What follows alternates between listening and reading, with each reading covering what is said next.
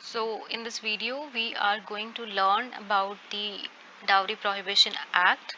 We will also discuss some important cases, and in the end we will discuss how to write a good answer.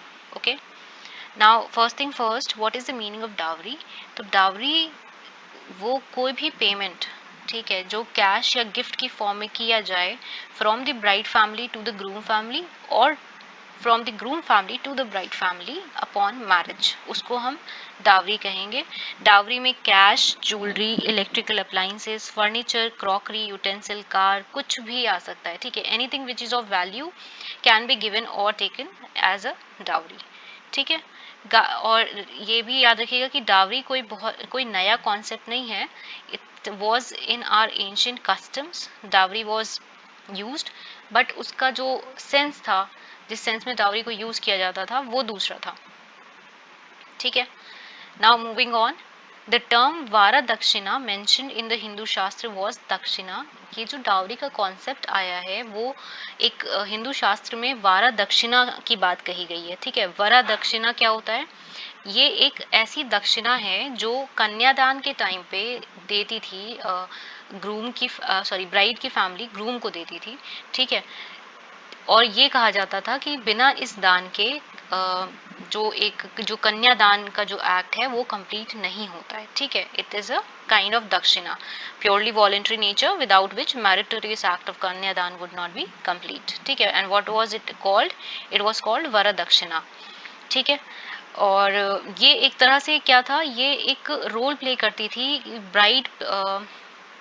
Bride के parents की तरफ से ये चीज secure करने का कि आप प्रॉपर डॉटर को अपने इनहेरिटेंस राइट दे रहे हैं, क्योंकि अर्लियर लॉज अगर हम देखें, कोडिफाई होने के बाद ही वुमेन को उसके राइट्स मिले हैं in the property, Hindu succession act आने के बाद, ठीक है। उससे पहले वुमेन का कोई राइट नहीं था इनहेरिटेंस का। तो ताकि उसके इनहेरिटेंस के राइट को सप्लीमेंट किया जा सके एक तरह से, तो उसके लिए ये कॉन्सेप्ट रखा गया था कि शादी के टाइम पे जो भी उसको उसका राइट है उसको वो दे दिया जाए, ठीक है। मतलब it was not a right of inheritance, but to compensate that right ये कॉन्सेप्ट रखा गया था वरदक्षिणा का, ठीक है।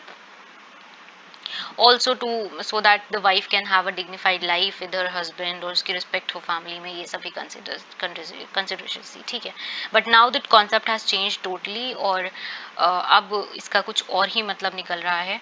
Sanjay Kumar Jain versus state of Delhi, ठीक है, ये आपका केस रिलेटेड था डावरी डेथ से, ठीक है। तो उसमें ये बात कही थी, कोर्ट ने ये बात कही थी कि dowry system is a big slur and curse on our society, ठीक है, और डेमोक्रेसी एंड कंट्री। तो कोर्ट ने कहा था कि डावरी सिस्टम एक तरह का श्राप है हमारी सोसाइटी के लिए, डेमोक्रेसी के लिए और कंट्री के लिए, और ये बहुत ही अनफॉर्चुनेट बात है। बहुत ही कंडेम करने वाले इंस्टांसेस डावरी डेथ के सामने आ रहे हैं सोसाइटी में, और इसको कर्व करने के लिए, इस मिनेस को कंट्रोल करने के लिए, डावरी डेथ का जो मिनास है इसको कंटेन करने के लिए लेजिस्लेचर ने हमें कौन सा एक्ट बना के दिया है, apart from the IPC, the Dowry Prohibition Act was enacted exclusively to deal with the menace of dowry, ठीक है। ना अगर हम IPC की बात करें तो IPC में डावरी डेथ को पनिश किया जाता है, ठीक है, क्रिमिनल प्रोसीजर कोड में उसका प्रोसीजर है। लेकिन डावरी प्रोहिबिशन एक्ट में डावरी का ही लेना देना एक क्राइम है, ठीक है, मतलब it's a criminal offence. IPC में डेथ की बात की जा रही है, अगर डिस्टिंक्शन की बात करें तो आईपीसी में डेथ की बात की जा रही है, और डावरी प्रोहिबिशन एक्ट में डावरी का ही लेना देना क्रिमिनल ऑफेंस है, ठीक है। Now talking about the definition in the act, तो एक्ट में डावरी को क्या कहा गया है? डावरी का ये डेफिनेशन है, यू कैन रीड इट, ठीक है। इट मीन्स एनी प्रॉपर्टी और वैल्यूएबल सिक्योरिटी, ठीक है, गिवन और agree to be given either directly और इनडायरेक्टली, कोई भी प्रॉपर्टी या वैल्यूएबल सिक्योरिटी जो आप देते हैं या फिर अग्री करते हैं देने के लिए, चाहे वो डायरेक्ट फॉर्म में दें या फिर इनडायरेक्ट फॉर्म में दें। कौन दे रहा है ये? एक पार्टी दूसरी पार्टी को, ठीक है। यहाँ पे याद रखिएगा, यहाँ पे पार्टी वर्ड यूज किया गया है, और कोई भी जेंडर स्पेसिफिकेशन नहीं है, तो इसीलिए हमने देखा कि हस्बैंड वाइफ को भी दे सकता है डावरी और वाइफ हस्बैंड को भी दे सकती है डावरी। ठीक है, ये बात आप मेंशन करेंगे अपने आंसर में भी। ठीक, then next is by the parents of either party to a marriage or by any other person to either party to the marriage or to any other person। जरूरी नहीं है कि पार्टी खुद दे रही हो, यानी हस्बैंड वाइफ खुद एक दूसरे को डावरी दे रहे हो, उनके पेरेंट्स भी दे सकते हैं या फिर कोई अदर पर्सन भी दे सकता है। अदर पर्सन में आपके गार्जियंस, रिलेटिव्स, फ्रेंड्स, ये सब इंक्लूडेड होंगे। ठीक है, ये कब देना कब है?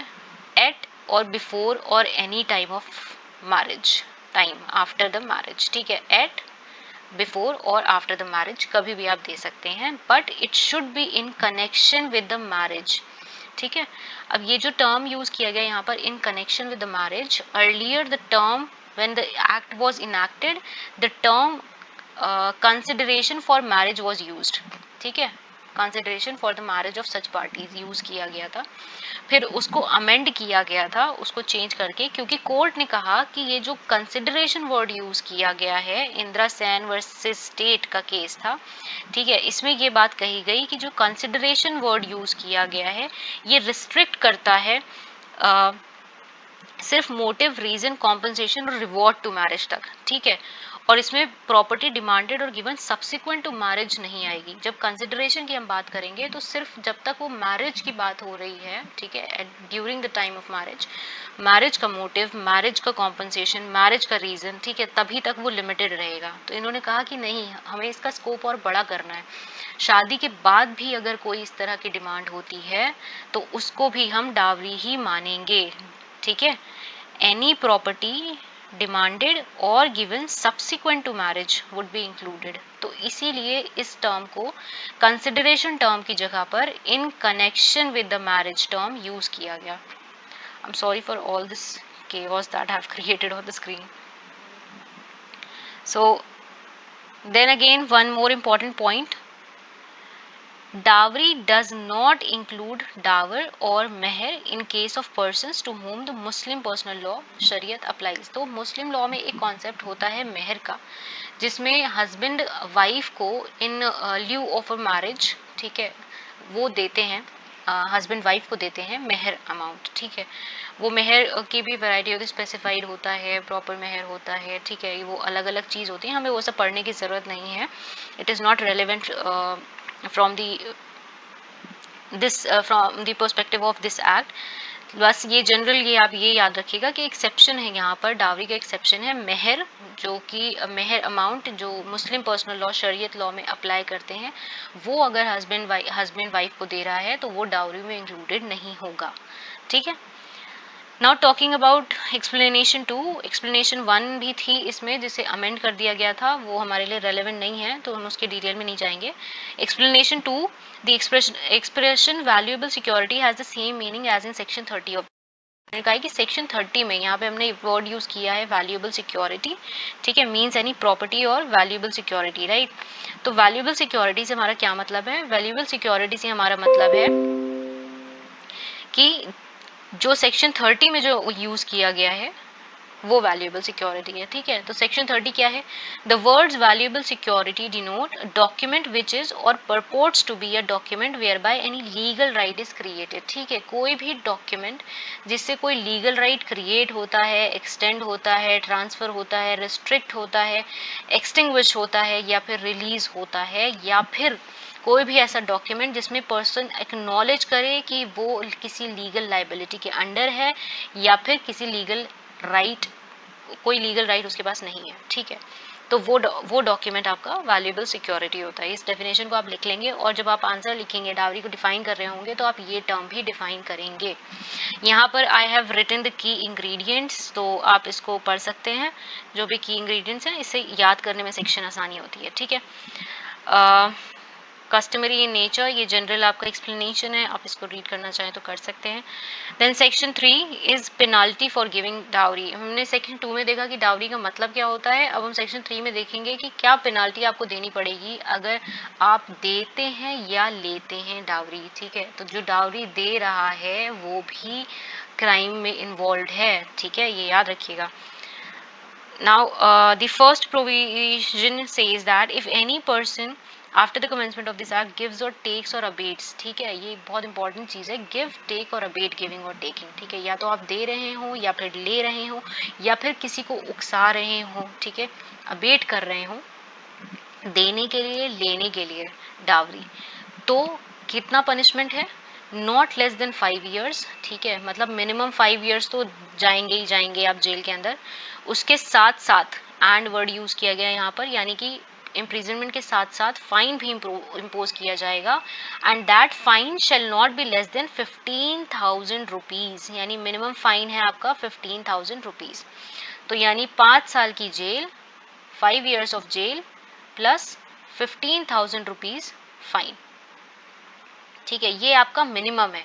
इसको अगर चाहे तो कोर्ट एक्सटेंड भी कर सकता है, मिनिमम तो ये आपको देना ही पड़ेगा, ठीक है, विच एवर इज मोर, या फिर amount of the value of such dowry, या फिर जितना अमाउंट कि आपने डावरी ली है, मान लीजिए किसी ने 2 लाख की डावरी ली है, तो कोर्ट ये भी कह सकता है कि नहीं भाई, आप 15,000 नहीं, आपने जो 2 लाख रुपए डावरी के लिए हैं वही आपको वापस करने होंगे। और जनरली रूल ये है कि जो भी ज्यादा होता है, ठीक है, जो भी अमाउंट ज्यादा होता है, अगर डावरी 15,000 से आपने ज्यादा ली है तो कोर्ट आपको वो डावरी देने के लिए कहेगा एज कॉम्पोजिशन, और अगर 15,000 से कम ली है तो 15,000 रुपए देगा, ठीक है, और ये मिनिमम है, ये बात याद रखिएगा, ठीक है, shell not be less then, ये कहा गया है।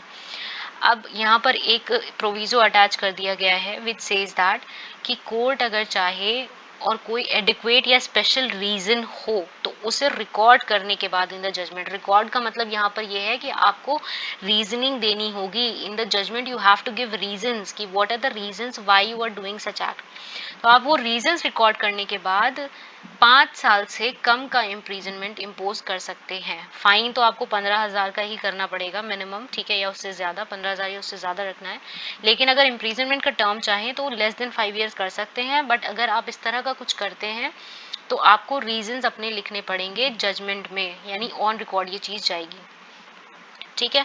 तो यहाँ तक हो गया आपका punishment.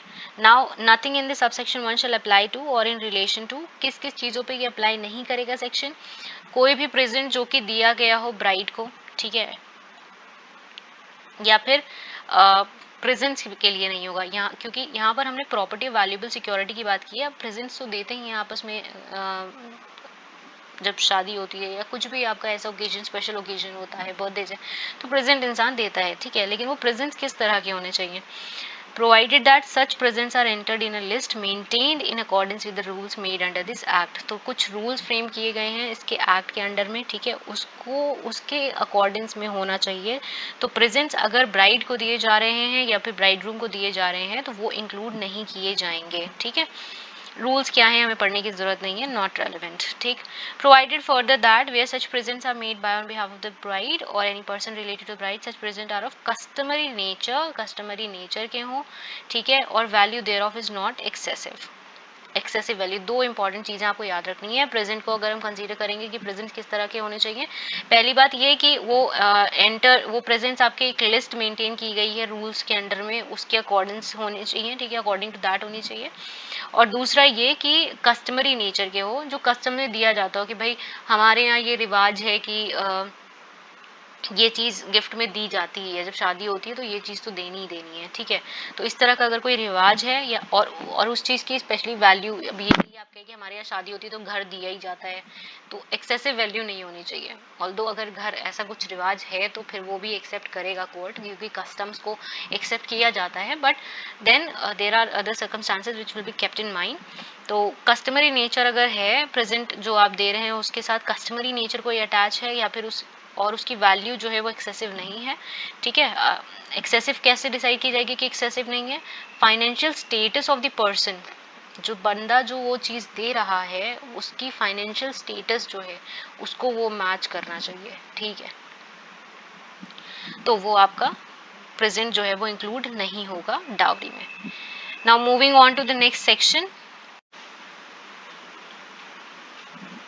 Now moving on to section 4, penalty for demanding dowry, ठीक है। अब डिमांड अगर करेंगे तो उसके लिए पेनाल्टी देनी होगी, क्या होगी। थर्ड में तो आपका दिया गया है कि क्या है ये, आपका penalty for giving or taking dowry है, यहाँ पर डिमांड करने पर भी आपको डाउरी पेनाल्टी देनी पड़ेगी, ठीक है। If any person demands directly और इनडायरेक्टली, चाहे आप डायरेक्टली डिमांड कर रहे हो या इनडायरेक्टली डिमांड कर रहे हो, पेरेंट्स से डिमांड कर रहे हो या फिर अदर रिलेटिव से डिमांड कर रहे हो या फिर गार्जियन से डिमांड कर रहे हो, ब्राइड के या फिर ब्राइड ग्रूम के, मैंने बोला इसमें कोई जेंडर डिस्क्रिमिनेशन नहीं है, ये दोनों पे एप्लीकेबल है, चाहे वो ब्राइड हो या ब्राइड ग्रूम हो, ठीक है। तो आप किसी से भी अगर डिमांड कर रहे हैं, ब्राइड या ब्राइड ग्रूम के पेरेंट्स से, उसके रिलेटिव से, उसके गार्जियन से, अगर आप इनडायरेक्टली या डायरेक्टली डिमांड कर रहे हैं डावरी, तो कितना पनिशमेंट है, not less than 6 month, minimum punishment आपका 6 मंथ है और मे एक्सटेंड टू 2 ईयर्स, और इसे 2 साल तक एक्सटेंड किया जा सकता है। फाइन विच में एक्सटेंड टू 10,000 रुपीज, यहाँ पे भी एंड यूज किया गया है, यानी कि आपका इम्प्रीजनमेंट प्लस फाइन दोनों लगेगा, ठीक है। तो मिनिमम आपका इम्प्रीजनमेंट कितना है, 6 मंथ विच में एक्सटेंड टू 2 ईयर्स, और फाइन आपका है विच में एक्सटेंड टू 10,000 रुपीज, यानी मैक्सिमम 10,000 रुपीज का फाइन है। अगेन यहाँ पर प्रोविजो अटैच करके ये बात कह दी गई है कि स्पेशल रीजंस आप रिकॉर्ड करने के बाद जजमेंट में सेंटेंस ऑफ इम्प्रीजनमेंट को कम कर सकते हैं, it could be less then 6 month, ठीक है। Now 4A talks about ban on advertisement, तो ये कहते हैं कि कोई भी पर्सन अगर ऑफर करता है किसी एडवर्टीजमेंट के थ्रू, किसी भी एडवर्टीजमेंट के थ्रू, किसी में भी न्यूज़पेपर, पीरियोडिकल, जर्नल, किसी भी मीडियम के थ्रू अगर आप एडवर्टाइज करते हैं कि भाई अगर आप मेरे बेटे या बेटी से शादी कर लेंगे तो उसकी कंसिडरेशन में मैं आपको अपने बिजनेस में शेयर दे दूंगा, शेयर देंगे आप बिजनेस में, या फिर कोई अदर इंटरेस्ट दे देंगे, या फिर आप प्रॉपर्टी देंगे अपनी, या फिर पैसा देंगे, किसी भी तरह का अगर आप उनको ल्योर करने की कोशिश करते हैं by the way of giving or taking any property valuable security offer करते हैं, या फिर आप प्रिंट पब्लिश करते हैं, सर्कुलेट करते हैं किसी तरह इस तरह का एडवर्टाइजमेंट, एक तो आपने खुद आप जाके छपवाया, ठीक है, और अगर कोई आपका इस तरह का एडवर्टीजमेंट छाप भी रहा है तो वो भी लाइबल होगा पनिशमेंट के लिए। पनिशमेंट कितनी है, not less than 6 month which में एक्सटेंड टू 5 ईयर्स, ठीक है, 6 + 5 ईयर्स की पनिशमेंट है, और विथ फाइन, या फिर यहाँ पर थोड़ा सा देखिए इजी किया गया है पेनाल्टी को, या तो आपको इम्प्रीजनमेंट दे दिया जाएगा या फिर फाइन दे दिया जाएगा, जो कि है 15,000 रुपीज, ठीक है। फिर अगेन प्रोवाइडेड कोर्ट, यहाँ पे फिर प्रोविजो अटैच कर दिया गया है कि जो 6 मंथ का जो कंडीशन है उसको लेसन किया जा सकता है, लेस सीवियर किया जा सकता है, कोर्ट डिसाइड अगर करे, कोर्ट को लगता है कि रीजनेबल ग्राउंड्स हैं और एडिक्वेट और स्पेशल रीजंस हैं, तो वो रिकॉर्ड करके उनको जजमेंट में उसको कम कर सकते हैं, ठीक है। Now next is section 5, agreement for giving or taking dowry to be. अब एग्रीमेंट की बात यहाँ पे की गई है कि कोई भी इस तरह का अगर एग्रीमेंट होता है, थर्ड में आपका गिविंग, टेकिंग और अबेटिंग का था, फोर्थ में आपको बताया गया था कि अगर आप डिमांड करते हैं, और फिफ्थ में बताया गया कि अगर आप एग्रीमेंट करते हैं देने का, लेने का, या फिर देने या लेने का डाउरी को, तो वो एग्रीमेंट जो है वो वॉइड होगा। वॉइड मतलब क्या होता है, मतलब शून्य, there is no legal validity attached to it, ठीक। Next is section 6,